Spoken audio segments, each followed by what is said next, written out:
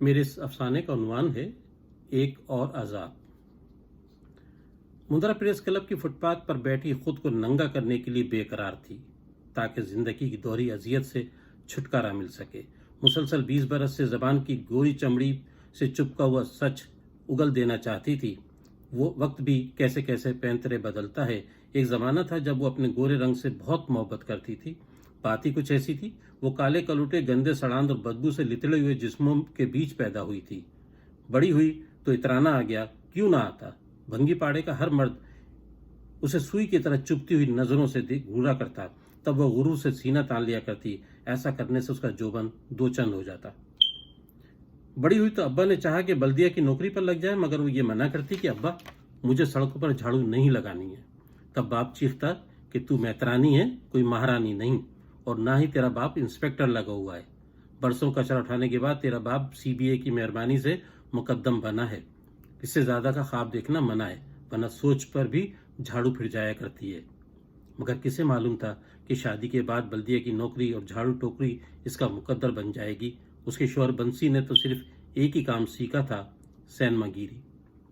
Black میں ٹکٹیں بیچ کر وہ خاصا کما لیتا تھا، مگر شراب اور فلموں کا شوق ایسا تھا کہ کمائی مندرا کے ہاتھوں میں پہنچتے پہنچتے غریب کے وسائل کی طرح سمٹ کر رہ جاتی۔ انہی دنوں سینماؤں کی جگہ شاپنگ سینٹر تعمیر کرنے کی وبا پھیلی اور بنسی کی آمدنی محدود ہونے لگی تو مندرا نے بنسی سے کہا، تو دبئی، مسقط یا جدہ کیوں نہیں چلا جاتا؟ 25-30 ہزار روپے چاہیے، اگر تیرے پاس ہیں تو دے، ایک ہی ہفتے میں چلا جاؤں گا۔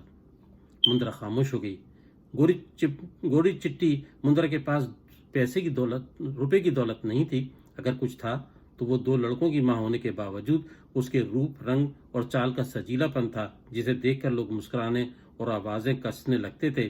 اب تو چاہنے والوں میں بلدیہ کے مقدم، سب انسپیکٹر سے لے کر بڑے صاحب تک شامل تھے۔ مگر حیرت انگیز طور پر بھنگی پاڑے میں، جہاں کچی شراب کے نشے میں ڈوبی بھول چک کے کئی نظارے دیکھنے کے باوجود اس نے بھولے سے بھی کسی کو اپنا بدن چھونے نہیں دیا تھا، تب بھلا وہ دفتر والوں کو اپنے پنڈے پر کیسے ہاتھ رکھنے دیتی؟ مگر قسمت تو سترنگی چندری کی طرح ہمیشہ سے اس کے ساتھ ساتھ چل رہی تھی، جس سے پیچھا چھڑانا اس کے بس میں نہیں تھا۔ پھر ایک دن پتہ چلا کہ ہیلتھ ڈپارٹمنٹ کی عمارت میں آگ لگ گئی ہے۔ ساری عمارت میں رکھا تمام فرنیچر، مائی ریکارڈ، سروس بک، فائلیں اور واؤچر جل کر خاکستر ہو گئے۔ ایسے میں پے شیٹ کلرک، اکاؤنٹنٹ سے لے کر بڑے صاحب تک کی لاٹری نکل آئی۔ جعلی سروس بکیں بننے لگیں۔ جو ملازمین 8ویں برس میں ریٹائر ہونے والے تھے انہیں 45 اور 50 کا بنایا جانے لگا۔ جو مر کھپ چکے تھے زندہ ظاہر کر کے پینشن کمیٹیشن وصول کی جانے لگی۔ جن کی ملازمت 20 برس بھی نہ تھی انہیں 25 کا بنا کر از خود ریٹائرمنٹ کی صف میں کھڑا کر کے ایک جانب واجبات وصول ہونے لگے تو دوسری طرف انہیں دوبارہ ملازمت میں دکھا کر خانہ پوری کی جانے لگی۔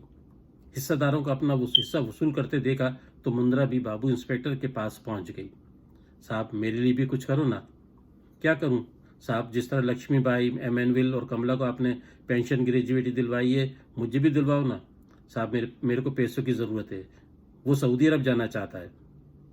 لیکن تیری سروس تو ابھی صرف 10 سال ہے اور تو خود بھی 30 سال ہی کی ہوگی، یہ ہر ایک کا کھاتا نہیں کھلتا، تیرا تو ویسے بھی بہت مشکل ہے۔ بابو نے 2 ٹوک لہجے میں کہا۔ مندرا مایوس ہو کر پلٹی۔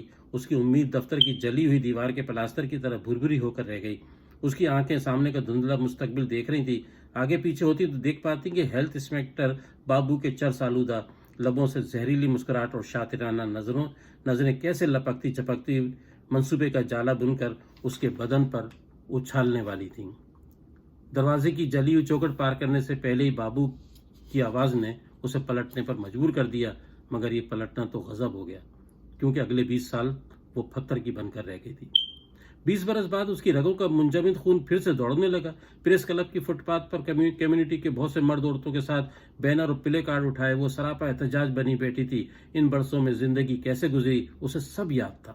اسے یاد تھا کہ کئی بار بابو اور بڑے صاحب کے دربار میں حاضری دینے کے بعد جعلی پینشن گریجویٹی کا آدھا حصہ ملا اور بنسی جدہ چلا گیا۔ اسے یاد تھا کہ جانے سے پہلے بنسی یہ سن کر کہ تیسرا بچہ ہونے کی امید ہے، وہ بہت خوش ہوا تھا اور بولا تھا، دیکھ اس بار لڑکی ہونی چاہیے۔ اب میں جدہ میں سے اتنے پیسے کما کر بھیجوں گا کہ ہمارے سارے دلدر دور ہو جائیں گے۔